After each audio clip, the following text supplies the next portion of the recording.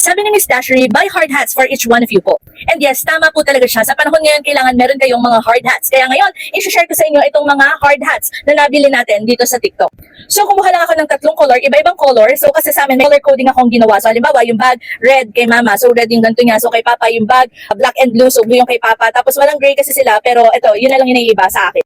Pero, syempre, kapag nandun na talaga, kahit ano na yung masuot namin. Pero, para lang, alam namin na ito yung gamit ni ganito, ni ganyan. Pero, anyways, ayan, tara, papakita ko muna sa inyo. Ito na lang munang red. So, nung dumating kasi to sa akin, hindi pa to nakakabit. So, madali lang naman siyang ikabit kung sakali. Isusuot niyo lang yung pinakaganito dito sa 4 na corners. And ito, ang maganda is kung maliit or malaki man yung ulo ng magsusuot, okay lang kasi adjustable naman siya. So, meron lang siya dito, yung parang pinaka-belt dyan. Tapos, kayo na ang bahalang adjust kung malaki man or maliit yung ulo ng magsusuot. Tapos, meron din siya nitong strap niya. So, madami pa akong nakita na mga ibang bilihan ng mga hard hats dito sa TikTok. So, nakita ko kasi yung mismo pinagbilan ko is sold out na yung ganito. So, maglalagay na ako ng mga alternative shop. So, kung meron man kayong mapagbibilhan na talagang legit at yung talagang branded man na store, kung meron naman kayong budget, doon na sa talagang quality. Kasi ito, pansamantala lang to habang wala pa kayong nabibili nung talagang quality talaga ng mga hard hats. So, anyways, ganyan.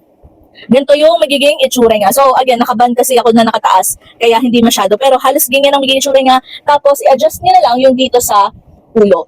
So, again, ito, kaya ko lang din naman to ibinili. Kaya ko lang binili itong mga hard hats kasi, yun nga, kapag garon kunwari ng earthquake, na wag naman sana, di ba? Kung sakali na wala kayong mga pwedeng masilungan habang nagda-duck over and hold yung iba, o di ba? Kasi halimbawa, tulad namin, yung lamesa namin is glass. So, hindi pwedeng dun kami sa ilalim. So, maghanap kami ng iba pang mapagtataguan na secure yung ulo namin. So, maganda na meron din kayong hard hats. So, ganito yung itsura ng hard hats nga. So, anyways, kayo nang bahala kung ano mang color ang yung susunod. Wala naman yung sa kulay. Basta yung purpose niya is maprotektahan kahit paano yung ulo natin. So, ilalagay ko dyan sa yellow basket ang mga shop at alternative shop na pwede nyo pagbilhan. So, make sure na meron kayong mga ganito, isama nyo na sa inyong mga go bags.